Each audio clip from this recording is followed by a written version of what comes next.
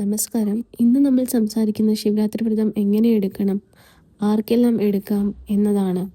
ശിവരാത്രി ഭഗവാൻ ശിവനെ ആരാധിക്കുന്ന ഏറ്റവും പുണ്യമായ ദിവസമാണ്. ഈ ദിവസം വ്രതം അനുഷ്ഠിച്ച് ശിവനാമം ജപിച്ച് രാത്രി ജാഗരണം ചെയ്താൽ മനസ്സിന് ശാന്തിയും ജീവിതത്തിൽ ഐശ്വര്യവും ലഭിക്കുന്നു. എന്നാൽ ആർക്കെല്ലാം ശിവരാത്രി വ്രതം എടുക്കാം? പുരുഷന്മാർക്കും സ്ത്രീകൾക്കും വിവാഹിതർക്കും അവിവാഹിതർക്കും ഈ വ്രതം എടുക്കാം.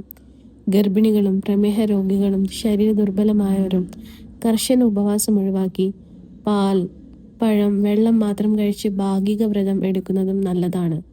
വ്രതദിനത്തിൽ രാവിലെ കുളിച്ച് ശുദ്ധവസ്ത്രം ധരിച്ച് ശിവലിംഗത്തിൽ ജലം, പാൽ, ബിൽവപത്രം അർപ്പിക്കുക. ഓം നമഃശിവായ മന്ത്രം ജപിക്കുക ഒരു 108 തവണ. ഭക്ഷണത്തിൽ നിർജ്ജല വ്രതം, ഫലാഹാര വ്രതം അല്ലെങ്കിൽ ഒറ്റ നേരം സാത്വിക ഭക്ഷണം, ഇവയിൽ ഏതും രീതിയും സ്വീകരിക്കാം. ശിവരാത്രിയുടെ ഏറ്റവും പ്രധാന ഭാഗമാണ് രാത്രി ജാഗരണം. ഈ രാത്രി ഉറങ്ങാതെ ശിവനെ സ്മരിച്ച് ജപവും ഭജനയും നടത്തുക. പിറ്റേന്ന് രാവിലെ ശിവനെ പ്രാർത്ഥിച്ച ശേഷം വ്രതം അവസാനിപ്പിക്കുക. ഓർമ്മിക്കണം, വ്രതത്തിൻ്റെ പ്രാധാന്യം ഭക്ഷണം ഉപേക്ഷിക്കുന്നതിലല്ല, മനസ്സിൻ്റെ ശുദ്ധിയിലാണ്. ഭക്തിയോടും വിശ്വാസത്തോടും കൂടി ശിവരാത്രി വ്രതം അനുഷ്ഠിക്കൂ. ഹര ഹര മഹാദേവ. ഓം നമഃ ശിവായ.